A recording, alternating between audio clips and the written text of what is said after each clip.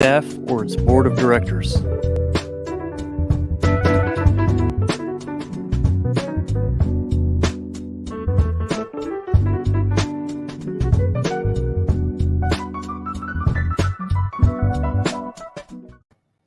I'm Al McFarlane. Welcome to the conversation with Al McFarlane. I'm glad to be here and glad to have you along. Today is Tuesday, November 22nd, 2022, Thanksgiving week. Big week for everybody, sort of in between, coming down from all of the high energy of the elections, still sorting that out, getting our feelings, seeing what accomplishments we can talk about here in Minnesota and what is still at stake in decisions not yet made at the federal level, how all that adds up to positioning our communities, our interest in our country for 2024. Of course, the announcement of Donald Trump that he's throwing his hat in the ring and how it's going to play out. Will there be emerging in the Republican Party voices to the center, from the center, voices that are committed to the principle of democracy and of shared power, mutual gain for our country in the world? Or will the uber right wing philosophy of the Trumpists prevail? Big question. So it's on my mind, and maybe it's on your mind as well. I want to focus on a couple of things here, but first let me say that we thank you for listening here every week on KFAI. And kudos to the station for what it is, what it means to our community, to our progressive agenda, to our voice, and to our sense of multicultural possibility. We used to say the station, one of our slogans was a different radio station every hour. And that hasn't changed because at any given time, a different language, a different orientation, different point of view, a different analysis. And to that, we think that is what makes us unique, different, valuable to the marketplace, to the community. So I want to give kudos to the station and the fact that we're also streaming on kfai.org. I love the partnership we have. Our partnership includes the streams that we do from McFarlane Media. Insight News is our main business, but we have insightnews.com. We're streaming there, but we're also streaming to various social media projects as well, platforms as well. We're in partnership, for example, with the Black Press of America, Black Press USA. The formal organization is called the National Newspaper Publishers Association. Insight News is one of around 200 Black newspapers around the country that work together, that go to market together to try to coordinate in some way our ability to continue to elevate the experience, the value of our experience and the aspirations that we have as African people, African Americans, as Black people in this country. And so we stream this program live there every week as well, and to their YouTube channel, their Facebook channel, and we stream to the McFarlane Media platforms as well. While we are waiting, I wanted to show you kind of, well, I can't show you on the radio, I can describe it to you, but for those who are joining us on our social media, I'm going to point out next week's Insight News, kind of in production right now, but on the streets probably Friday or Monday. And I enjoy the fact that we are leading with a feature on the new Black Panther movie. Let me bring that on screen so that if you're watching on a social media platform, you can see it. And if you're on radio, I'm going to describe it to you. Our cover is black, and in the full cover is a picture of the Black Panther and a story about from NNPA, our partner, National Newspaper Publishers Association, that talks about the Smithsonian honoring the African American experience and honoring. If you go back one page, Bosch, to the cover. Smithsonian African American Museum honors Chadwick Boseman's Black Panther costume in its new exhibit. So this is a story about that. That's important because right now everybody's watching and enjoying the sequel, the second in the Black Panther series, and that is Wakanda Forever. I have not seen it yet. I intend to go see it fairly soon, and I would love to be in a conversation with a number of you about that film, what it means to you, what you like about it, didn't like about it, so on and so forth. We were going to have the new sheriff of Hennepin County. She was in the studio. Maybe there's a connection problem. Vosh, you can send me a note in the chat to see if that's going to materialize or not. But I did see her there a second ago, so maybe she can re-log on or re-log in, and we'll continue that conversation. I wanted to invite you to show up here again this time next week as well. Next Tuesday, we're doing a special town hall on the Highway 252 I-94 corridor. The Minnesota Department of Transportation is planning on what to do to improve the safety and to do the repairs. And it's excuse me, a major activity that a little water. A major activity that may involve several hundred millions of dollars. Why is it important that we're doing this town hall on that? Well, let me tell you.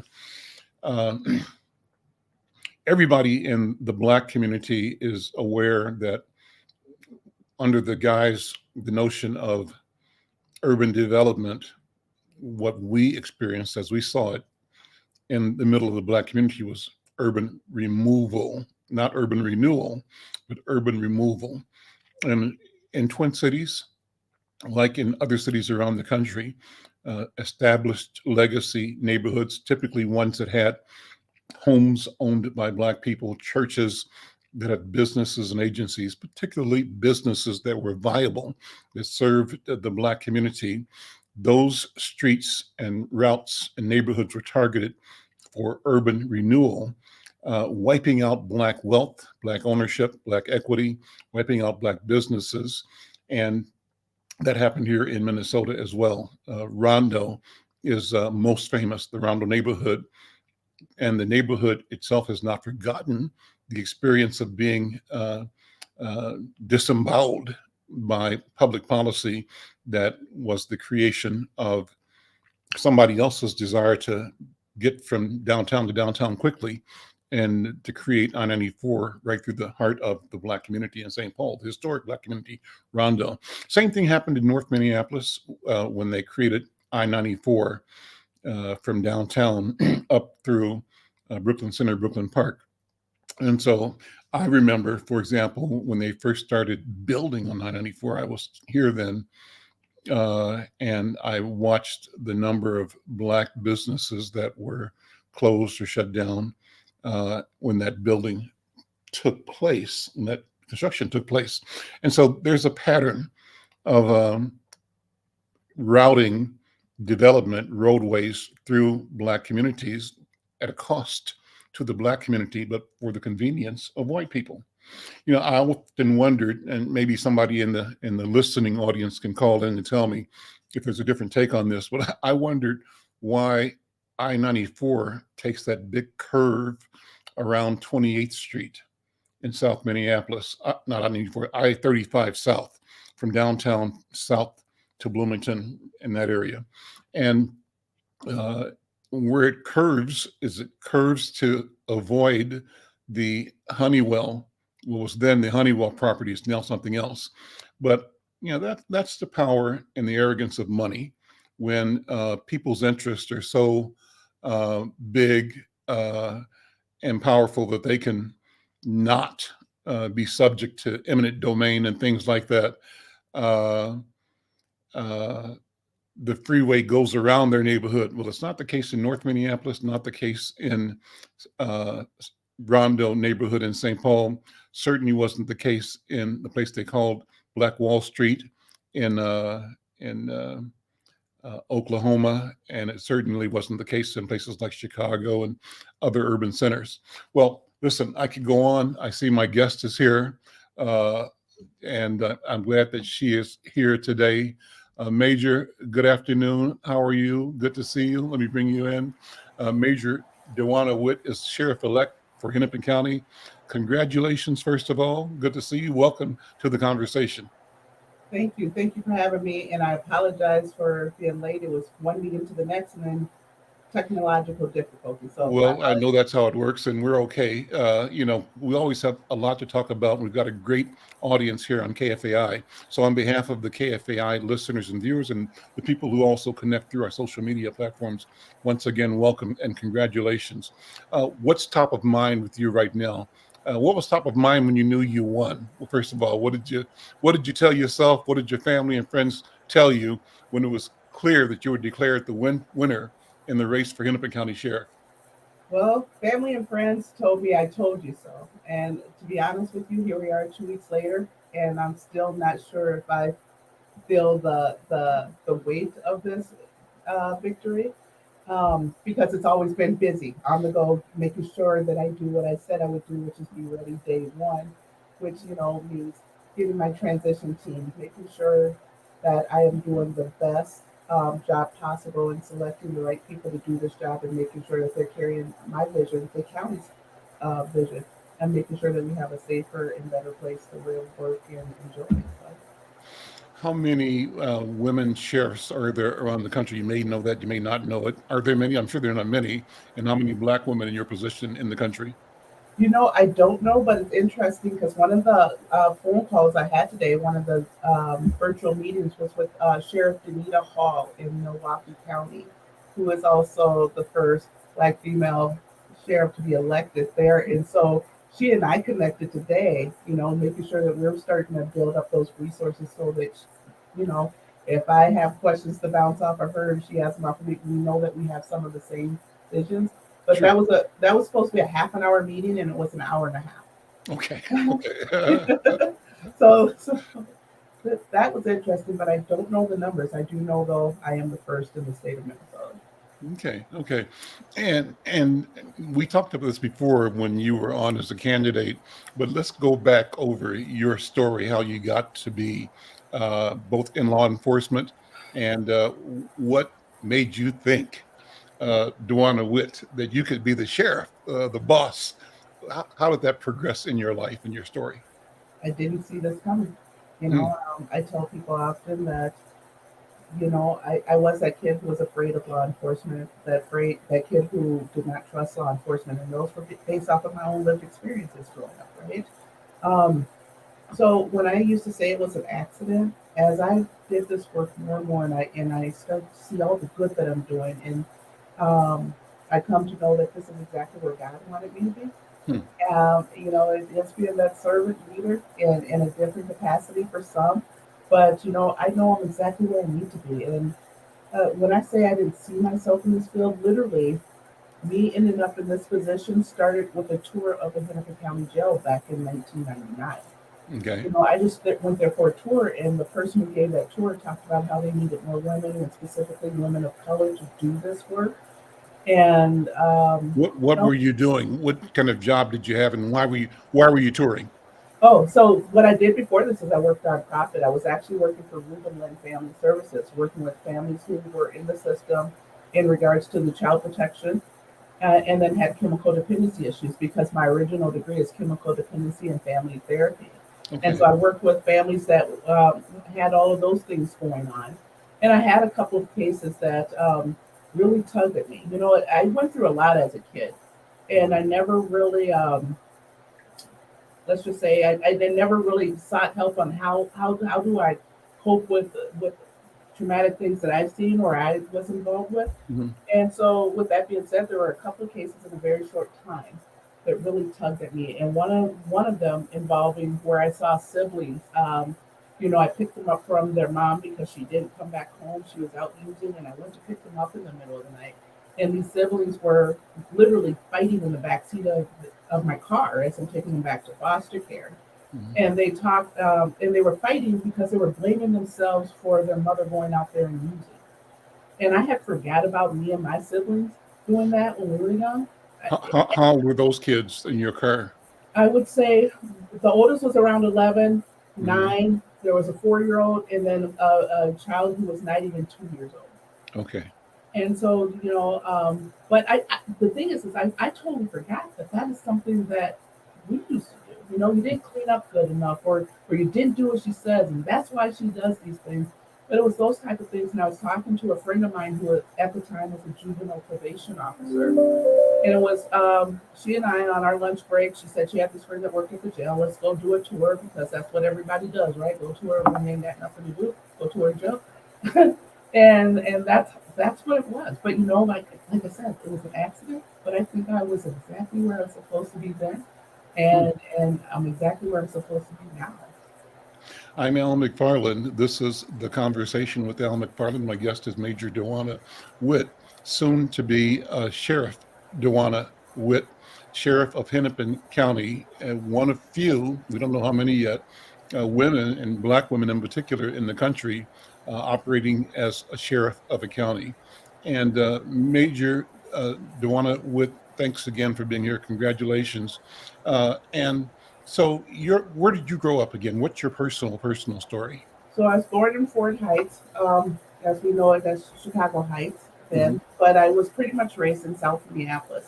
And, my mother and one of her brothers were the first to move here from Illinois. And then my grandmother, when she moved here, she moved over North Minneapolis along with all of my aunts and uncles. So, I primarily grew up in South Minneapolis, but when my mother was incarcerated or when she was in the hospital long term, we lived over north with my grandmother. So I'm a Minneapolis person. I consider myself more South Side. Sorry, North Siders, but I still love y'all. South Minneapolis is where I primarily grew up, and all the schools that I went to were South Minneapolis. And your mother's incarceration, what was that about? My mother, one of the times that she was incarcerated, it was for writing bad checks and things like that. And she was at the women's workhouse here in Plymouth, in Minnesota. So, that was what happened. That was what we did when my mother couldn't care for us, my grandmother did, and I should say, like, when we were very young, even though my mother moved here when we were young, we would be here during the school year, but she would send us back to the Heights for like the summer to be with our family, because our whole family didn't move here until my grandfather passed away. And so Okay. So you kind of had that challenge and trauma as a child growing up here, seeing things that probably really impacted you in all kinds of ways. Does that give you empathy for the people that you're serving now as a law enforcement officer and soon to be sheriff?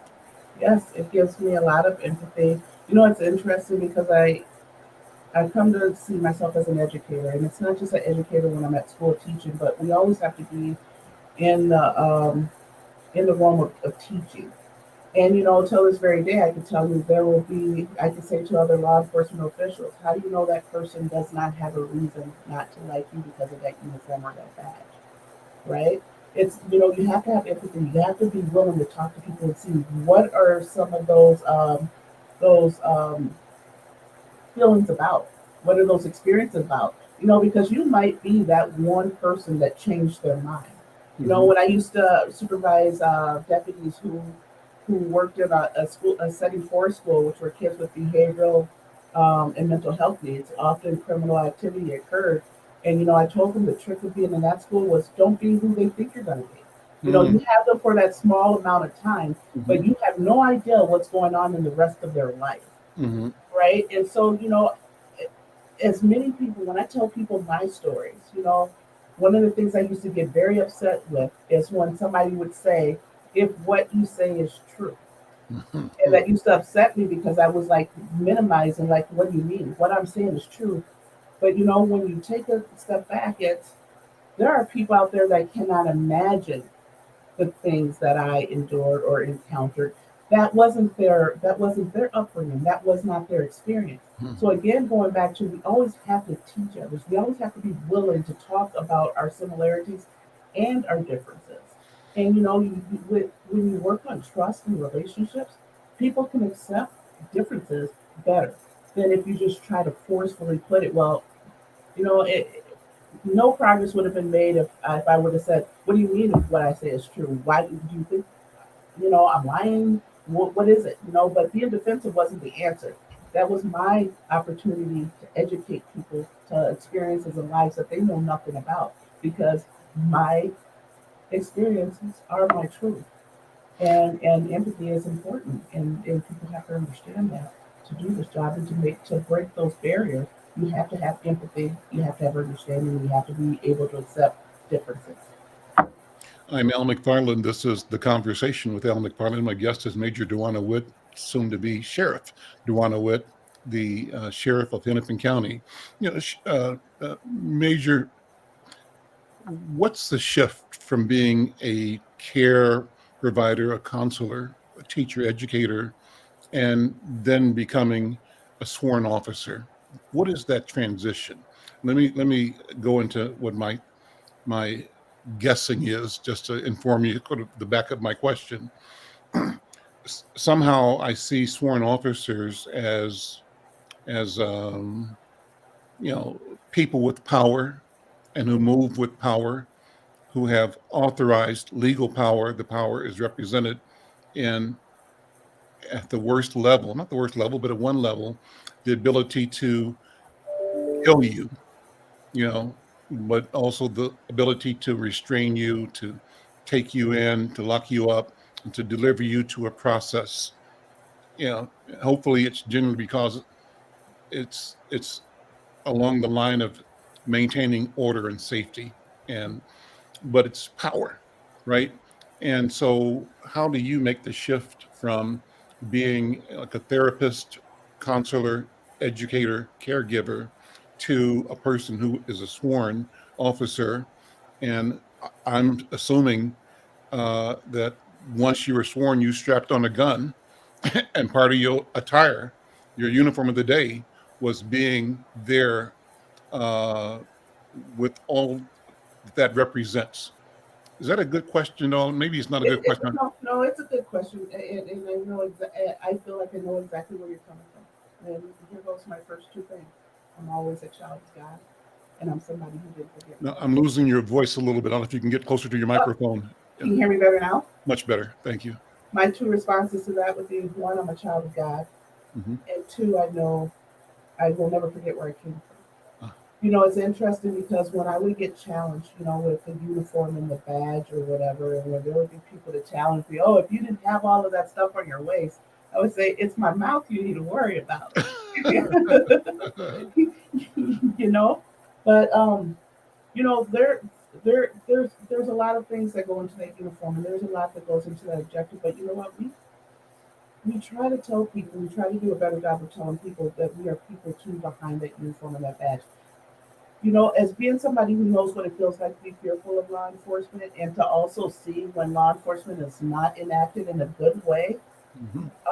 and then to be the one who's actually in that uniform, it hurts my heart when I see somebody's afraid of me or mad at me because of that. Because all I want to do, no, get to know me, talk to me, and give me that chance, because I am a game changer.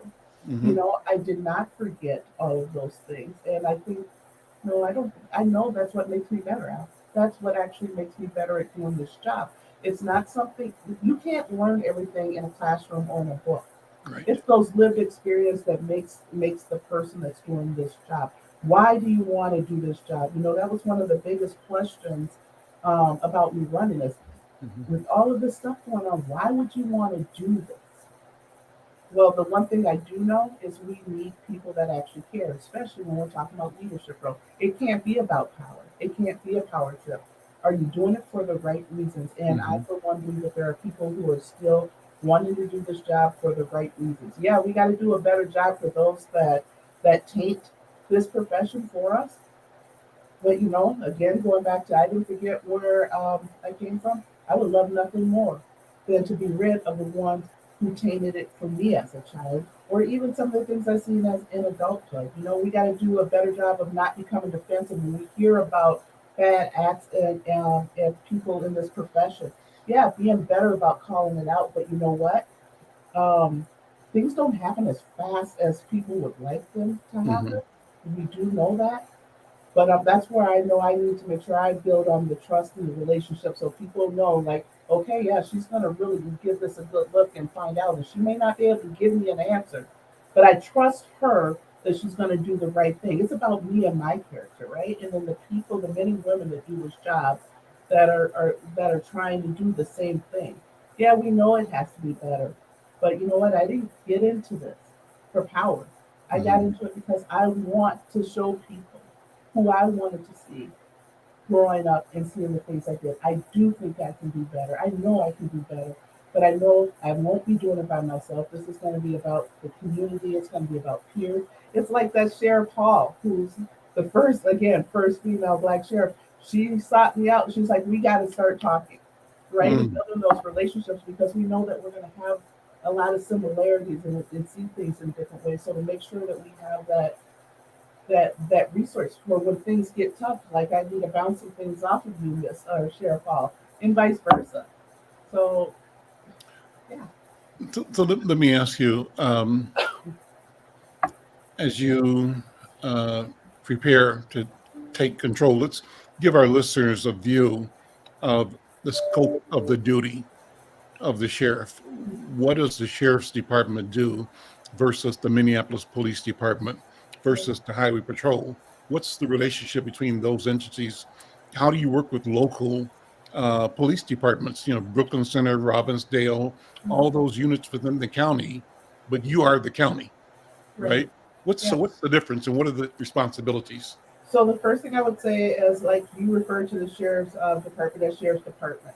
Sheriff's office is, it's sheriff's office, not department, because the sheriff is an elected official versus like Minneapolis Okay, police department, that is not an elected official, right? got it. So that would be the first thing I would tell the people. Um, the sheriff's office has jurisdiction over the entire county. However, Like when sheriff's office is like attorney general's office, elected, elected as yep, appointed. elected, Okay, yep, okay, yep, got it, and got it. like the county attorney, right? Yeah. So, with that being said, there are statutory mandates that we have here at the sheriff's office. You know, it's not just patrolling; it's also the sheriff's office has jurisdiction over all the water. You know, if there's a drowning in your bathtub, it doesn't have to be in a lake. That's a sheriff's office investigation. Mm, Um, so, something more is the jail. You know, the jail is a 24/7 operation. It is the sheriff's responsibility to take care of the jail and make sure that jail is running and operating. Courts, that's also the sheriff's opportunity or mandate to take care of. All of these things that you don't see the cities doing, because that is a statutory mandate of the sheriff. Civil papers, when it comes to commitments, that's all the sheriff's responsibility. Now, when we talk about cities that have their primary police departments, say Minneapolis, Brooklyn Park, Brooklyn Center, the sheriff's office job is to provide mutual aid when and if applicable, right? If we can. With that being said, think that not every city in Hennepin County has a police department. So we do have primary jurisdiction in those areas in mhm. some of the townships. So, you know, the sheriff's office has a lot of responsibilities. You know, like some of the things we hear is, how come we don't see more sheriff's SWAT cars in Minneapolis? We have the whole county. Mhm. And but you know, one of the things that I know that's happening better is the collaboration between police departments. Like, we've been helping Minneapolis quite a bit with the Operation Endeavor. You know, we've been posting some of those things on the sheriff's website. If you guys go look at the Hennepin County Sheriff's website, you'll see that we are trying to be more proactive, which is something that I plan on continuing when I be sheriff, is showing people more of the work that we're doing. Mhm. Brooklyn Center was so short staffed that we had a contract with them and we were providing deputies in that city. Golden Valley, same concept, where they were like, can you help us? They have a staffing shortage. So we provide mutual aid to the agencies if and when they need it, if they ask for it, you know, we're there. But also keep in mind the entire county, the biggest jail in the state, you know. I mean, right now we're over our functional capacity with population. The courts, we ran the highest profile trials in the century, several of them out of Mhm. this court. That takes man and woman power, right? Mhm. Those are mandated actions that the sheriff must oversee. Mhm. How many people work for the sheriff? Uh, Between our sworn and civilian staff, we should be at around 836, I believe. And how many of those would be sworn or officers that are in the street or performing, those duties? So when we're fully staffed, we are at about 350 licensed. Now, and I stress license, right? Because we can have detention deputies and licensed deputies in the jail. But the 350 or so, keep in mind again, we have transport, we have investigation, we have courts, we have the water, we have patrol as well. So we're spread out throughout the county as we're mandated to do. Okay. And then budget-wise, how big an operation is this? Well, see, now I got to think big. Let me tell you, before being elected sheriff, my budget for the divisions I had was at about $65 million. Okay. Operational budget for the entire county, don't get me in line, I'd have to look it up. That's okay. But what I would say with the two divisions I had, especially the jail was typically the largest part of a sheriff's office budget. Okay, great. What's going to be your style? I'm imagining, first of all, I'm loving this conversation. I'm enjoying being with you, Major Dewanna Witt. So kudos to you, because you, I believe, are making, I'm hearing you, I'm seeing you, I'm feeling what you're saying, and I'm loving the opportunity to just talk, to kick it with you. And so with that, I'm asking, what's going to be your engagement process in the community? You said you want people just to know you and to know that your intent is to serve the community.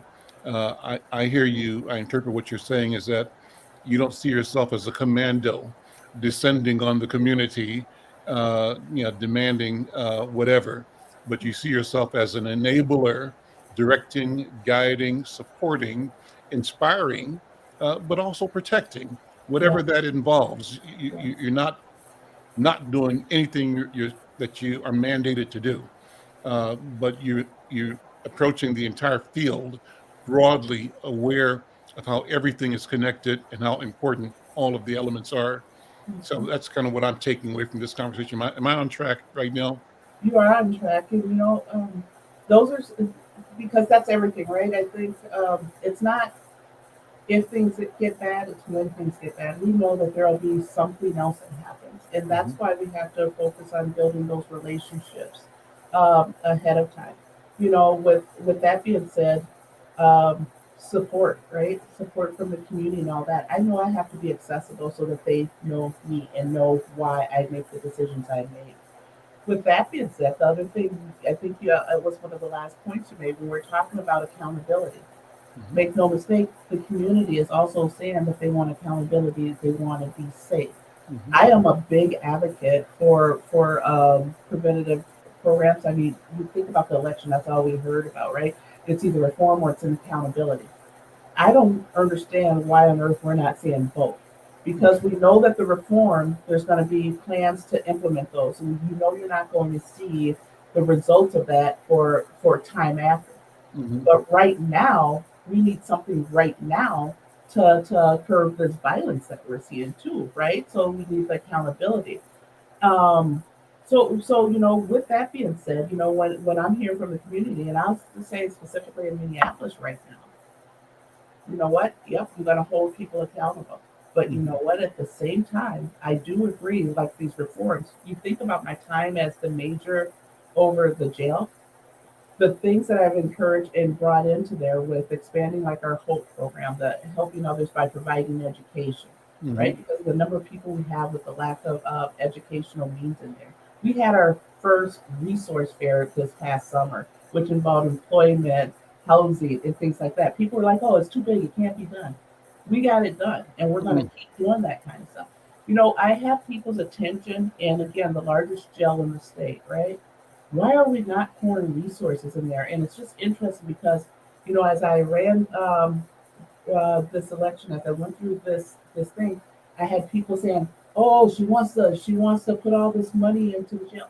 We should be doing that. At the same time, oh my goodness, is she going to hold people accountable? We should be doing that. I, for one, think that we can do both. On another personal note, I have a brother who is incarcerated right now in prison in Minnesota. Hmm. And his reason for his incarceration is because he had an addiction and he robbed somebody Mhm. or to feed that addiction. Okay. This is what I will say, and I tell people this and I hope that they connect, is I'm actually relieved he's in prison because I would rather have him in a 6x6 cell than 6 feet under. I Right. lost my mother to drugs. I lost my older sister to drugs. I lost my father to alcoholism. I've seen a lot. This is personal. Yeah, it is personal. And, Mm. and when people try to just take that part out of it, I think that's the wrong thing to do. I'm okay with being vulnerable. Come at me at you as you will. Mhm. But guess what? It's going to be coming after me and not some kind of false persona I put out there. It is personal. I see it. So let's, I'm sorry. Go ahead. yeah, well, let's talk about this whole question of drugs in our community. I think everybody. I was watching something. I'm not sure what it was, but today or yesterday, where someone talked about the massive impact of the opioid epidemic, and I know that I've been on. I host the Northside Urban Coalition monthly meetings in the Hawthorne Neighborhood Council, and that's always a topic: drug abuse, substance abuse, but opioids in particular. The devastation. I've talked about driving down West Broadway and right there at Broadway and Lindale or so at the bus shelter. You see people bent over, either using, it's almost like public. So I was talking to my guest yesterday, Tekken Zia, Ada, Southside guy who ran for City Council 7th Ward. And he talked about he and his partner using the Metro Transit going from the mall to downtown. And he said when the train stopped, it was at the end of the day at the mall shutting down 9:30, 10, so late train. When the train gets to about 46th Street, he said, doors open up and about 50 people get on the train. Obviously, a community of people, they know each other, they act the same way, and how they act is that everybody is high or getting high, and they settled in, and some are, walking like zombies. Some sit down and take pipes and start smoking them, smoking weed, actually using paraphernalia, doing drugs in a public way. He said he hadn't seen that kind of thing before, but where there's a whole community of people moving, they know each other. Somehow they must feel like that if they're all in the same situation, they're better together than alone. I don't know. So, but as he described it, it was alarming. So, what is your sense of the impact of the opioid addiction crisis in our community right now? And then, Major, weigh that against the policy changes happening as we speak around consideration of decriminalizing marijuana and eventually making it a recreational. You know, Mhm. how does that change policy perception? So just throw it out there any way you want to deal with any of that. Yeah. Well, as you notice that the drugs it is personal. Like I said, my mother, my sister, they would still be here. Where we're going right now it's a lot more fast track than it was me growing up in the 80s, right? We have to have a hard response, a hard, quick response. Problem is, we don't have the resources, right? I see it every day where there's people waiting to go to treatment or to mental health resources. We need the resources. I said it earlier. It's like, yep, we do need these things, but what are we doing right now? Mhm. So with drugs, I personally believe that sometimes, you know, until somebody's ready to make those right steps to get clean or to say no to drugs or whatever, um, we might be spinning our wheels. Mhm. But at the same time, I say that doesn't mean give up because you never know when that aha light's gonna go off. Right. Right. But I tend to also believe that people do what you allow to do. So if we allow that kind of environment for that to happen, and there is no accountability, that's exactly what we're going to get. Mhm. So it's like instead of fighting each other, we need to get in this together. Okay, yep, we know that this is not okay. We see the effects that it's having on the communities, our schools, our kids, our churches, our elderly. Mhm. So what are we going to do about it? We can fight about all the other stuff later. But it's time to find the shakers and movers who understand that and like, okay, you know what, we might be wrong in some of the decisions we make, but we know we need to make a decision and we need to make it now. And then you know what? Let's just not stay stuck in that moment. If it's the wrong decision, you fix it. Don't dwell on it and do all the finger pointing. People are dying. Mm. Families are being affected. People are having things taken away from them, not just their loved ones, but their property and their businesses. We are so past all of this. Okay, it's this person's fault. This person's fault. Who is ready to do something? And people wonder why the community is so upset. They've been saying this for so long. Why do we have to wait for another tragedy to happen to do this? So then we speak about it until what my role is. Okay, as the sheriff, it's the sheriff's job to uphold the law. Mhm.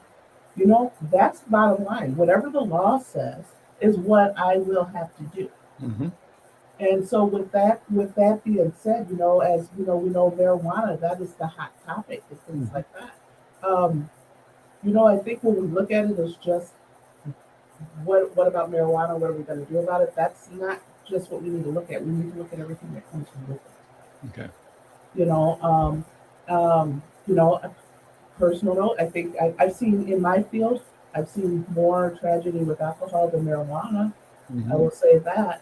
But Mhm. I could tell you a recent encounter where our detectives were watching some people on the corner who were gambling, smoking weed, selling weed, and then the attractions that came on with it that concerned the business owner who had to shut their doors.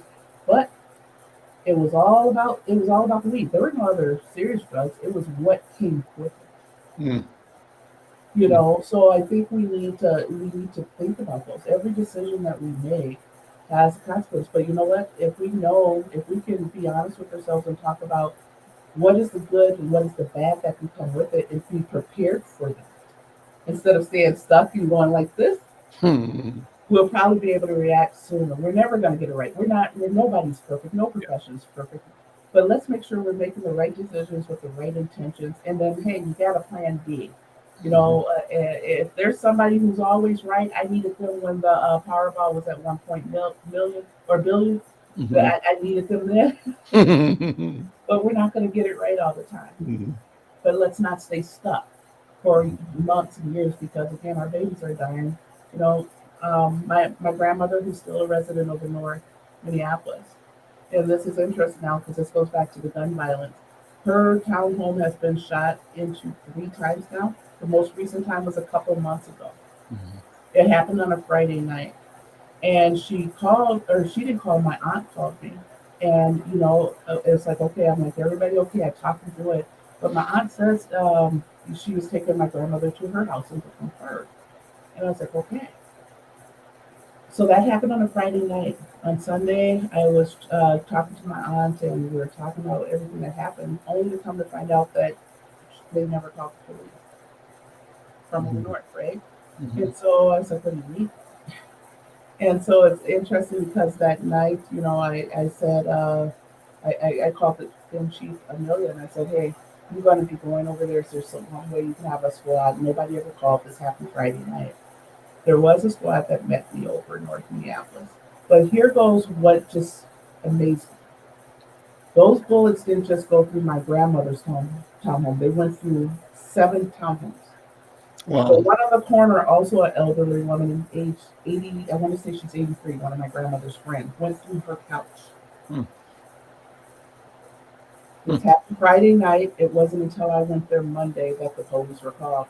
That cannot be their norm. When we're wondering, like, why are we not hearing from the community? That was another wake up call to me. But, my grandmother, who's originally from Mississippi, one of the toughest people I know, she'll tell Mhm. you real quick, them sapsuckers are not running me out my house. And that's what she says. Okay. All right. All right. But she, my grandmother's 85. Mhm. But her and her friend, but also another elderly lady, as I said, they both just laid in their beds, just still would not move. But they're like, no, well, who's going to come? And if somebody's come, well, what about the people who are in the gangs across the street? They're going to come. They were afraid of retaliation. What does that remind you of? Reminds me of Chicago. Mm-hmm. Reminds me back in there where people are afraid of the gangs and scared to call the police whether they trust them or not. That happened on a Friday night. Mm-hmm. It went through these 7 townhomes, and it wasn't until I got there and the police looked to see that it went through all those townhomes, even through somebody's window, and nobody called. That is a problem. Seven residences. None of them called the police. And one of their windows were even broken. None of them called. Some of them had kids in there. Mm-hmm. But why? Why did it take 4 days? Yeah. Yeah.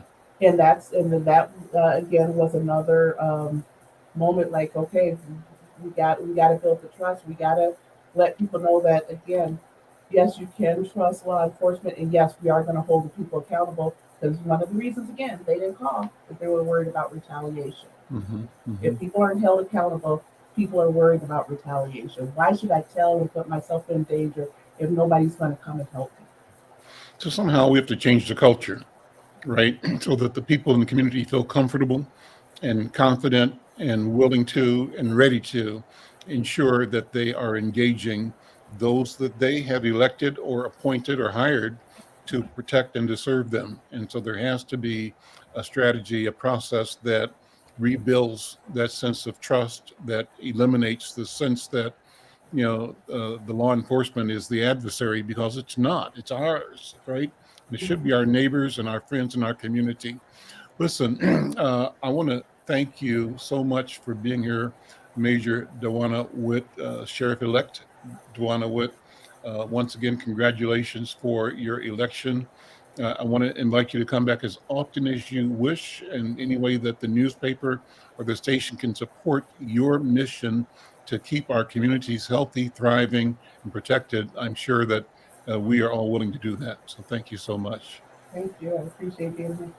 Okay, we'll talk to you next time. I'm Al McFarlane. This is The Conversation. I want to pivot now and connect with my colleague, Yogi Senna. Yogi Senna is one of our editors and just friends, formerly of Minneapolis, but now living in Bahia.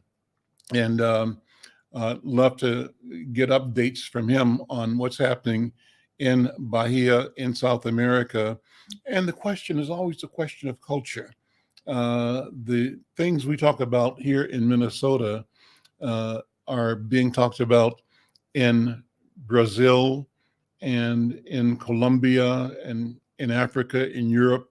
Our experiences as African people, African diaspora people, are common. And the challenge is to find ways that we know each other. And in knowing each other, we find ways to know ourselves.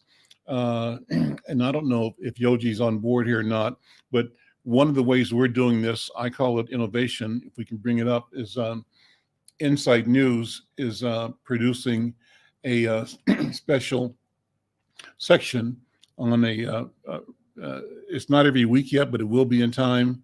And our goal is to present a story out of the diaspora, but presented in several different languages. So the story that's coming up in next Monday's paper, the English title is Brazil, a fight between Abiku and Olorum.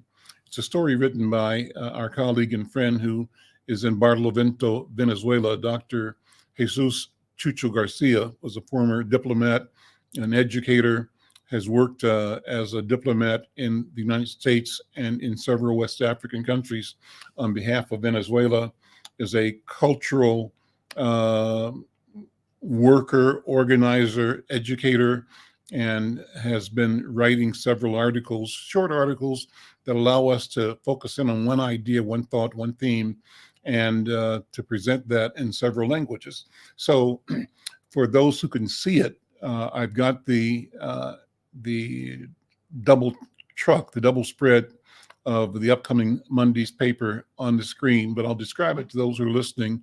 You can put your radio eyes on, and you may have seen, hopefully you do see and get insight news from time to time throughout the community. It's a broadsheet weekly community newspaper. And if you opened it to the center, you would see an article that really is stretched across both pages. And the article is presented in Portuguese, it's presented in English, it's presented in Spanish, in Swahili, in Somali, and in French, English, and Yoruba. Why? Why, Al McFarlane, are you presenting this story in all these languages? Well, it's because we speak these languages, our people. There's some people in our community right here in Twin Cities that are familiar with one or two or three or more of these languages, and we're paying tribute to the value and the power of language. We're honoring the language traditions of our neighbors and our friends, but also because the world is digital and our business is digital, as well as hard copy print. We are able to distribute this content across the internet a lot more easily than we ever could before. And in that regard, it makes sense to have a story written, the same story written in 7 different languages, because this can be shared to French speakers in Haiti, in West Africa, Africans in France. It can be shared to Spanish-speaking communities, Afro-Latinos in Mexico, right, in Puerto Rico, in Dominican Republic, in Venezuela, Gran Colombia, it's called, all of the northwest section of South America, Colombia, Bolivia, Venezuela, even Peru on the other side, Ecuador. And then can be shared to those of us who speak Portuguese. Well, Portuguese, the largest number of Africans outside of Africa happen to be pretty much Nigerians who live in Brazil. And there are about 100 million people in Brazil who identify themselves as Afro or Afro descendant. I marvel that we are educated, we the African Americans are educated to believe that we're the stuff, we're the center of the world, and we don't even think that we're not the major player. That's part of this cultural chauvinism that we've been caught up in because the colonizer whose system we are part of has declared his system, that which we are in, as the center of the universe, and his ideation, the truth. We end up parroting that in action and words, and act as though we can look at Africans in the Caribbean, Africans in Africa even, and certainly in Latin-speaking Brazilian or Spanish-speaking South America. They become invisible, inconsequential, marginalized even to us. And so what I am doing, what Insight is doing in this very small effort to present stories in a variety of languages, is recognizing that we exist in a variety of different idioms and in a variety of different places, and that we can figure out ways to be together, to be with each other. And if we begin to do that with intent, we can also figure out how we strategize to build systems, understandings, awarenesses that enable and support us individually and collectively. What do you mean? Well, I've said that, we are acculturated to view Africa as some 50 or 60 or 65 or so individual countries, but we don't think that the very countries, they're real. Nigeria, Gabon, Libya, South Africa, Zimbabwe, real geographic political units. But all those units created by colonizers, by invasion, by conquest. And the question is, are we able to shift our our vision, shift our focus, our point of assembly to where we're not focused exclusively on the division work of the colonizer, but on the organic existences of our people and systems and processes and institutions that predate the colonizer's experience and disruption. That's where I think we are. I think we're at a place where we are able to look at that, to not be transfixed, not be locked in the vocabulary and the understanding of the quote unquote victors, the colonizers, but recognize that the whole experience is part of a continuum. It wasn't the beginning and it's not the end. And that if we look more broadly, more deeply, more historically, we allow ourselves to look more futuristically at the same time into the future. And we can look at creating narratives that end in our victory and not in our loss. And the beautiful thing is that our sense of what a victory is doesn't have to be the colonizer's sense of victory. Winning for us can be something totally different. Our mission then, our vision is that we advance and elevate an idea of what it is to win. That means that it's not automatically necessary that there must be a loser. It's not a zero-sum gain, I guess they call it, where to do one, you have to have the other. It doesn't have to be that way. Well, I hope my friend Yoji Sena was able to join us. He had checked in, was backstage for a minute. I'm not sure if he's still here or not. Yoji, if you are here, come into the studio and spend a minute or two with us. Always interested in having your thoughts, your ideas on where we are in Brazil right now. And if we don't get him to pick up right now, that's okay. We'll keep going. I'm interested in more engagement, more conversation with you, our listeners, and I'd love to have you all send me ideas, suggestions, recommendations for guests to be interviewed and topics to cover. Let me give you my email address. It's al@insightnews.com. Real easy. al@insightnews.com. If you want to be a guest, or want to suggest a topic for us to focus on, we're kind of putting together our shows for our plans for 2023. We've had a great year, done a lot of important interviews over the past 2 years. You know, not only have we done the live show here on KFAI every Wednesday, but the conversation has actually been being produced and aired 5 days a week. The other 4 days, Monday, Wednesday, Thursday, and Friday, all on social media, on YouTube, LinkedIn, Twitter, and Facebook. And we're planning now what we're going to be doing in 2023. We'd love to have your feedback, your ideas, your suggestions, what you like about the program, and what you think would be an enhancement and improvement, what would bring value to you. Well, with that, I think I'm going to say thank you all again. Join me again this time next week. I want to remind you that next week's program is a special town hall in partnership with the Stair Step Foundation. And we're talking about the I-252, I-94, or Highway 252, I-94 project. That's the roadway, freeway that goes from downtown Minneapolis out through Brooklyn Center and Brooklyn Park. And the question we'll be discussing is, how do we make sure that as planning takes place, the voices of the people impacted by this planning, by this construction, are heard? And the reason it's important that these voices be heard is that we've got a history of marginalization and of ignoring the voices of Black and Brown people.